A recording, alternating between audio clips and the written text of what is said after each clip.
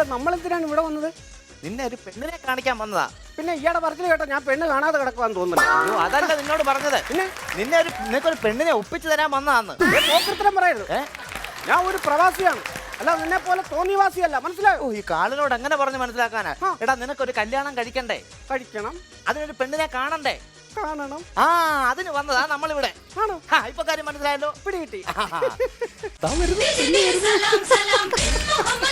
ഇത് മതി, ഇത് മതി, എനിക്ക് ഇഷ്ടപ്പെട്ടു. ഇത് മതി, ഇത് മതി. എടാ കാല തല്ലു കൊള്ളിക്കൽ. ഇതല്ല പെണ്ണ്. ഇതല്ലേ പെണ്ണ്? അല്ല നിങ്ങൾ ആരാ?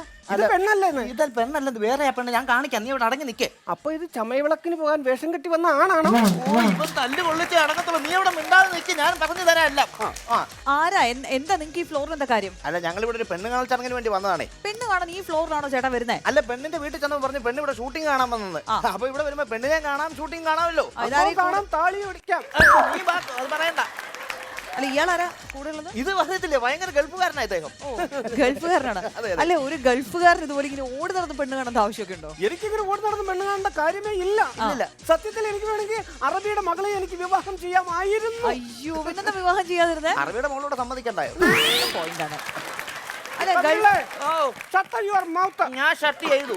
അല്ല ചേട്ടൻ ഗൾഫിൽ ആരുടെ കൂടെ ആയിരുന്നു വർക്ക് ചെയ്തിരുന്നത്? ഞാൻ അൽ അബീസിന്റെ കൂടെ ആയിരുന്നു വർക്ക് ചെയ്തിരുന്നത്.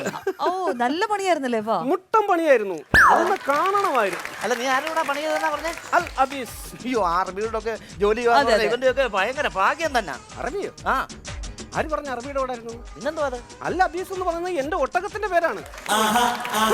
അല്ല ഈ ഒട്ടകത്തിന് പേരൊക്കെ ഉണ്ടോ? ഫുൾ ടൈം പണി. ഒട്ടകത്തിന് പേരൊക്കെ ഉണ്ടോ അങ്ങനെ? പിന്നെ ഇവിടെ ആനയ്ക്ക് പേരിടുന്നില്ലേ നിങ്ങൾ? ആന മംഗലാകുന്ന കർണൻ, അതെ അതെ, എടപ്പാൾ രാജൻ എന്നൊക്കെ. അതുപോലെ ഒട്ടകത്തിന് കൂടെ ഞങ്ങൾ പേരിടും. ഓ അബീസ് എന്നായിരുന്നു ഞാൻ എന്റെ ഒട്ടകത്തിനെ വിളിച്ചു. കൊള്ളാം. അപ്പൊ നിങ്ങൾ ഇങ്ങനെ ഫുൾ ടൈം അപ്പൊ ഒട്ടകത്തിന്റെ കൂടെ കറക്കുമായിരുന്നു? ഫുൾ ടൈം ഒട്ടകത്തിനെന്ന് പറഞ്ഞാൽ ഒട്ടകത്തിനെ കറക്കണം, പാട്ട് പാടി ഉറക്കണം, ഇതൊക്കെ എന്റെ ജോലിയല്ലായിരുന്നു. കുട്ടമ്പിള്ളേ, ഓ ഞാൻ ഷർട്ട് ചെയ്തു. അല്ല ഈ ഗൾഫില് കറക്റ്റ് ആയിട്ട് എവിടെയായിരുന്നു? ഗൾഫിൽ സത്യത്തിൽ ഞാൻ പ്രേക്ഷയിലായിരുന്നു. അല്ല എന്തായാലും ഗൾഫിലാണല്ലോ, അതൊക്കെ സ്ഥലമൊക്കെ എന്തിനാ അറിയുന്നേ? ഗൾഫിലാ. അല്ല എത്ര കൊല്ലം ഉണ്ടായിരുന്നു ഇവിടെ? ഞാൻ 5 വർഷം.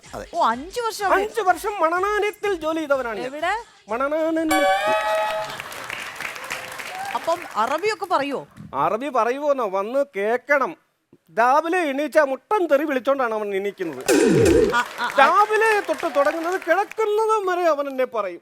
ചേട്ടാ അതല്ല തോന്നുന്നല്ല അവൻ എന്നെ വിളിച്ചു പറയും. അതല്ല പിന്നെ നിങ്ങൾ അറബി പറയുമോന്ന്? ഞങ്ങളുടെ അറബിയും പറയും, പിന്നെ കണ്ണി കാണുന്ന അറബി എല്ലാം പറയും. അല്ല ഞാനിതിന് മാത്രം തെറ്റെന്താണ് ഞാൻ ചെയ്യുന്നത്? അല്ല ഇത് കൊച്ചെ അതല്ല പറഞ്ഞേ. പിന്നെ അത് ചോദിച്ചത് അറബി പഠിച്ചിട്ടുണ്ടോന്ന് അത് ചോദിച്ചത്. അറബി പഠിച്ചിട്ടില്ല. അറബി പഠിക്കാത്ത കൊണ്ടല്ലേ ഈ മലയാളികൾക്കെല്ലാം അവിടെ ജോലി കിട്ടുന്നത്. ഇവർക്കൊന്നും വിദ്യാഭ്യാസം ഇല്ലെന്ന്. കാട്ടറബികളെ വിവരവും വിദ്യാഭ്യാസവും ഇല്ല. ചേട്ടന്റെ വീട്ടിൽ ആരൊക്കെയുണ്ട്? വീട്ടിൽ അച്ഛനും ഞാനും മാത്രമേ ഉള്ളൂ, അമ്മയില്ല. അയ്യോ എന്തുപറ്റി? എന്നെ അച്ഛനെയും വിട്ട് അമ്മ പോയി. ചേട്ടാ കരയല്ലേ? അതെ അല്ലെങ്കിലും അങ്ങനെയാണ്, നല്ല നല്ല ആൾക്കാരെ ഈശ്വരൻ നേരത്തെ വിളിക്കും, അതാണ്. അതല്ല, വിറകേട്ടാൻ വന്ന ഈശ്വര പിള്ള അമ്മ വിളിച്ചു പോയി. പോയതാണോ? ഞാൻ പറഞ്ഞില്ലേ ഭയങ്കര ഫാമിലിക്കാരാ. നല്ല ഫാമിലി. തല്ലുകൊള്ളണ്ട. വേറെ കാര്യം ഞാൻ പെണ്ണിനെ കാണിക്കാൻ ഇഷ്ടപ്പെട്ടെങ്കിൽ പറയണം. അതുകൊണ്ട് ഇരിക്കുന്നതാണ് പെണ്ണ്. ഇഷ്ടപ്പെട്ടോ? ഇഷ്ടപ്പെട്ടു. നിനക്ക് എന്തെങ്കിലും ഡിമാൻഡ് ഉണ്ടേ ഇപ്പൊ പറഞ്ഞോണം. ഇപ്പോഴത്തെ ചെറുപ്പക്കാർക്കെല്ലാം ഡിമാൻഡ് ഉണ്ടല്ലോ. ചെറുപ്പക്കാർക്കല്ലേ? പക്ഷെ ഞാൻ അങ്ങനല്ല, ഞാൻ വ്യത്യസ്തനാണ്. എനിക്കൊരു 500 പവനും ഈ പൃഥ്വിരാജിയുടെ ഒരു കാർ മേടിച്ചല്ലോ, മന്ദാകിനി. ലംബോർഗിനി. അതിലൊരു കാർ മതി. അത്രയും മതിയല്ലേ? ഇയാളെ വിളിച്ചോണ്ട് വേഗം ഇറങ്ങി ഇവിടുന്ന്. മനസ്സിലായോ? ഇവിടെ വന്ന് ഇങ്ങനെയൊക്കെയാണ് പറയുന്നത്. അപ്പൊ ഞാൻ ചോദിച്ചത് കുറഞ്ഞു പോയോ? സ്ത്രീധനം വേണം. കുറഞ്ഞു പോയി, കുറച്ചിലായി പോയി, വളരെ കുറച്ചിലായി പോയി. എങ്കിലും ഒരു 500 കയറ്റി അടിക്കാം. നാണമില്ലേ ഇതുപോലെ പബ്ലിക് ആയിട്ടുള്ള സ്ഥലത്ത് വന്ന് സ്ത്രീധനത്തെ കുറിച്ച് സംസാരിക്കാൻ തന്നെ നാണാവില്ലേ? ഒരു കാര്യം ചെയ്യ്, നീ ഇവിടെ നിന്ന് മേടിച്ചോ, ഞാനങ്ങ് പോവാ. എനിക്കൊന്നും പങ്കില്ല കേട്ടല്ലോ. അതെ, ഏതായാലും ആ ബ്രോക്കർ പോയ സ്ഥിതിക്ക് ഈ കല്യാണം ഇനി നടക്കില്ല. ഞാൻ തന്നെ ഈ പെക്കിഞ്ചിനെ ഇപ്പൊ തന്നെ വിളിച്ചോണ്ടങ്ങ് പോയാലോ? ഇറങ്ങണോ ഇവിടുന്ന്? തന്റെ നിഴൽ ഇനി ഈ ഫ്ലോറിൽ കാണരുത്. Get out house.